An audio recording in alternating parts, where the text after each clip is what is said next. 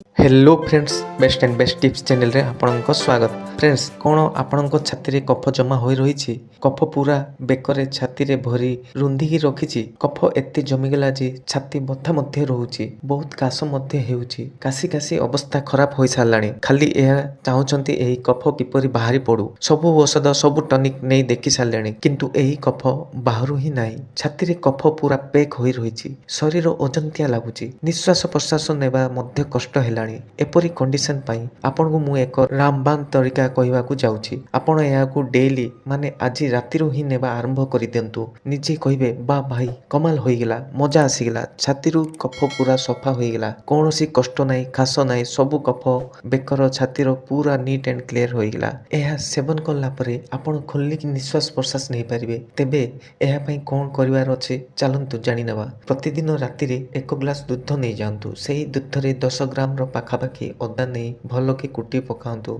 एवं सेथिरे गोटे चुटकी हलदी मध्य मिसांतु। एही सबू को भल से फुटाई दिंतु। जेतेबेले अदार रस सेही दूध रे भल भाबरे मिसी जिवो आउ हलदीर कलर पूरा देखा जिवो, तेबे एहाकू छाणिकी प्रतिदिन राति शोइबा आगुरु पीबे। किछि दिन रे ही एहार फायदा आपनकु देखिबाकू मिली जिवो। छातीरु कफ पूरा सफा होई जिवो। आपण आराम रो सह निश्वास नहीं पारिबे। कफ काशरु पूरा मुक्ति मिलिबो। फ्रेंड्स, आपण जानिछंती अदार प्रकृति गरम अटे। एथिरे एंटीबैक्टेरियल और एंटी इन्फ्लेमेटरी गुण मिली थाए, जहा रोग प्रतिरोधक क्षमता को बढ़ाई थाए। सेहीपरि हलदी रे मध्य बहुत गुड़िया औषधि गुण रही। एहाकू एंटीबायोटिक हिसाब से धरा जाए। यह मध्य शरीर रे रोग प्रतिरोधक क्षमता बढ़ाइबार सहायता करिथाए। एही दुईटी को क्षीर रे मिसई पीबा द्वारा आपण ठंडा, सर्दी, काश, भाइरल और फ्लू परी समस्या को दूर करि परिबे।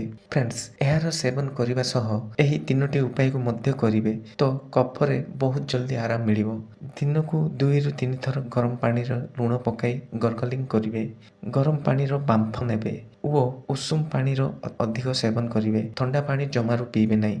छाती रे टिके सरिष तेल रे लुण मिसई लगाइबे। सरिष तेल हल्का गरम करी नेबे तो आउरी भल। तो फ्रेंड्स, ए सब उपाय करिबा द्वारा छातीर कफ सब बाहरी जाई आपन को पूरा हल्का लागिबो। तो फ्रेंड्स, आज वीडियो रे एतिकी। वीडियोटी पूरा देखिथिबा जोगु आपन को बहुत बहुत धन्यवाद। Thank you.